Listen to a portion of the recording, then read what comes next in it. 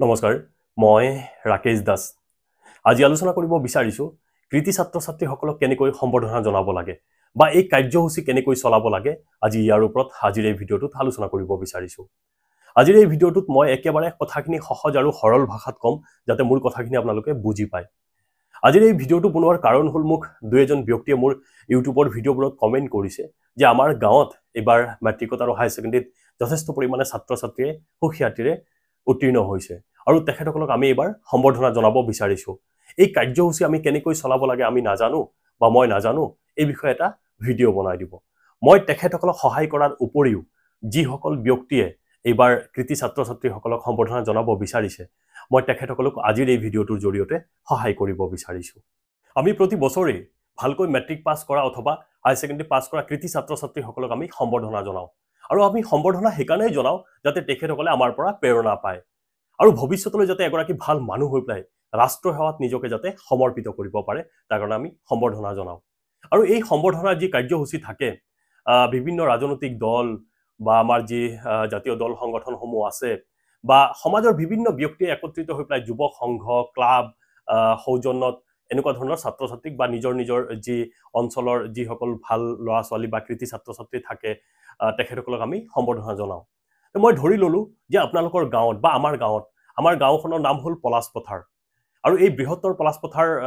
অঞ্চলত বহু ল'ৰা ছোৱালী মই ধৰি ললো এবাৰ মেট্ৰিকত ভালকৈ উত্তীৰ্ণ হৈছে বা হাই সেকেন্ডাৰীত ভালকৈ উত্তীৰ্ণ হৈছে তেখেতসকলক আমি এটা প্ল্যানিং কৰিছো যে এইবাৰ আমি সম্বৰ্ধনা জনাম এই কাৰ্যসূচী আমি কেনেকৈ আৰম্ভণি কৰিম বা এই কাৰ্যসূচী আমি কেনেকৈ চলাই ল'ম আজি ইয়াৰ ওপৰত এই ভিডিঅ'টোত আপোনালোকে কি কৰিব তাৰ ওপৰত আপোনালোকৰ লগত মই আলোচনা কৰিছো মই কথাখিনি যিখিনি কৈ আছো এই কথাখিনি এজিটিস আপোনালোকে এনেকৈ কৰিব লাগিব হেনেকা নহয় মই কেনেকৈ চলাব তাৰ ষ্টাইলটো বা কেনেকা মই ধৰণটো আপোনালোকক মই ক'ব বিচাৰিছো আপোনালোকে অলপ হালসলনি কৰি ল'ব আৰু কিছুমান শব্দ মই উদাহৰণ দিবৰ কাৰণে মানে ধৰক মই ধৰি ললো যে আমাৰ পলাশ পথাৰৰ মিলন যুৱ সংঘৰ সৌজন্যত এটি মানে যুৱ সংঘ আছে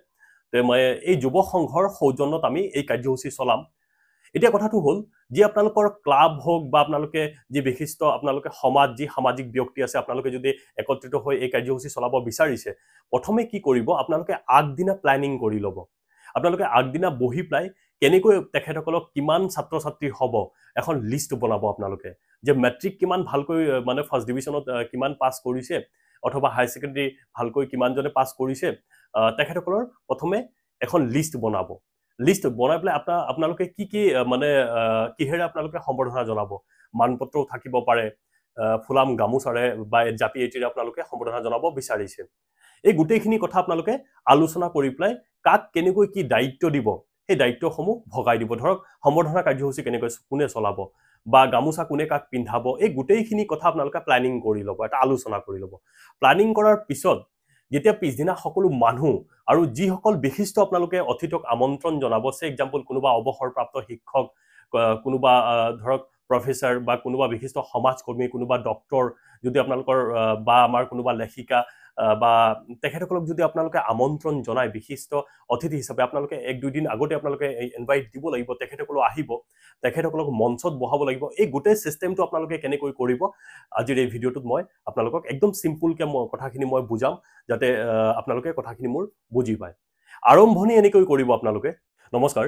মিলন যুৱ সংঘৰ সৌজন্যত বৃহত্তৰ পলাশ পথাৰ অঞ্চলৰ সদ্য ঘোষিত হাইস্কুল শিক্ষান্ত পৰীক্ষা আৰু উচ্চতৰ মাধ্যমিক শিক্ষান্ত পৰীক্ষাত সুখ্যাতিৰে উত্তীৰ্ণ লাভ কৰা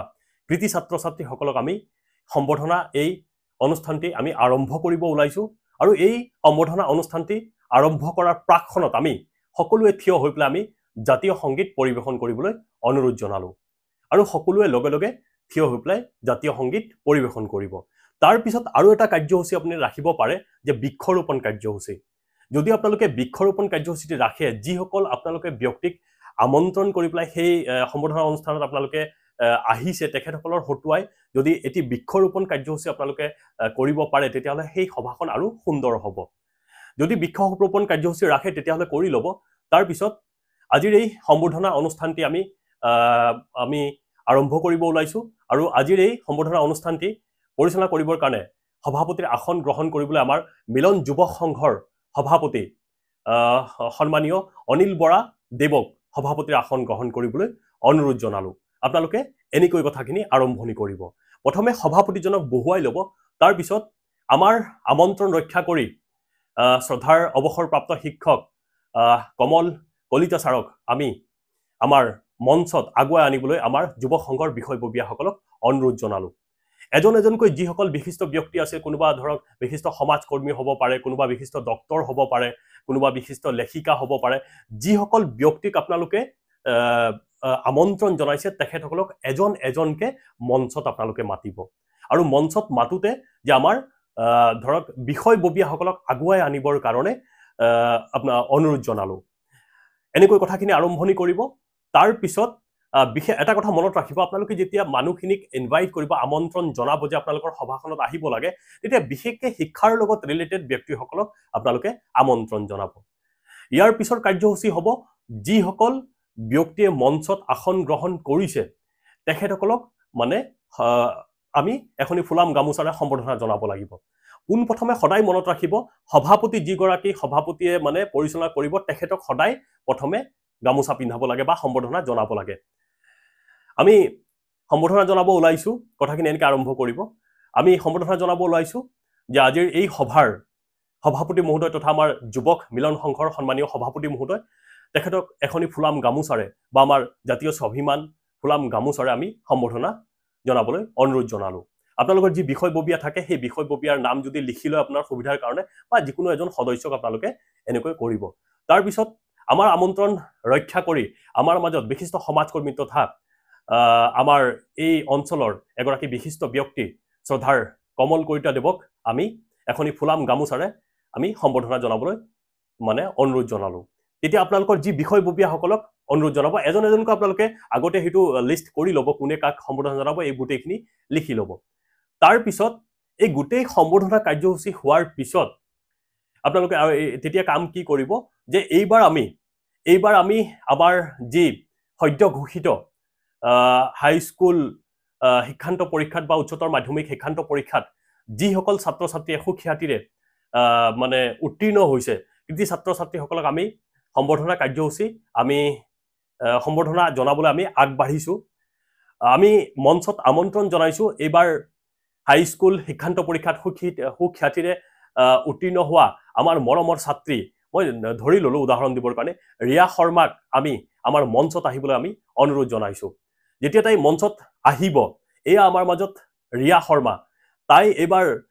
আমাৰ উচ্চতৰ মাধ্যমিক শিক্ষান্ত পৰীক্ষাত ৯৮% আমাৰ এই বিদ্যালয়ৰ লগতে আমাৰ অঞ্চলত সুনাম কঢ়িয়াই আনিছে আৰু তাইক আমাৰ যুৱক সংঘৰ তৰফৰ পৰা এখনি ফুলাম গামোচা এটি জাপি আৰু মানপত্ৰৰে আমি সম্বৰ্ধনা জনাবলৈ আগবাঢ়িছো যেতিয়া আপোনালোকে এজন এজনকৈ আপোনালোকে সম্বৰ্ধনা আগবঢ়াব আৰু বিশেষকৈ আপোনালোকে যিসকল ব্যক্তিক আমন্ত্ৰণ জনাইছে আছে এক্সাম্পল বিশিষ্ট ডক্টৰ বা অৱসৰপ্ৰাপ্ত শিক্ষক বা এই সভাপতি যিজনে পৰিচালনা কৰি আছে তেখেতৰ ফটোৱাই যদি আপোনালোকে সম্বৰ্ধনা জনায় তেতিয়াহ'লে আৰু ভাল লাগিব যেতিয়া সম্বৰ্ধনা হ'ব তাৰ পিছত ৰিয়া শৰ্মাই যি সুনাম কঢ়িয়াই আনিছে তাৰ কাৰণে আমি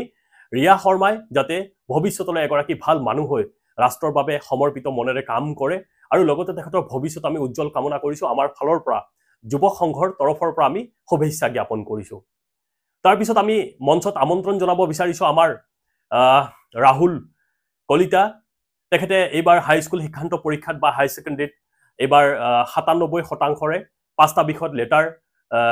লাভ কৰি আমাৰ অঞ্চলত সুনাম কঢ়িয়াই আনিছে তেখেতক আমি মঞ্চত আহিবলৈ অনুৰোধ জনালো যেতিয়া তেখেতে মঞ্চত আহিব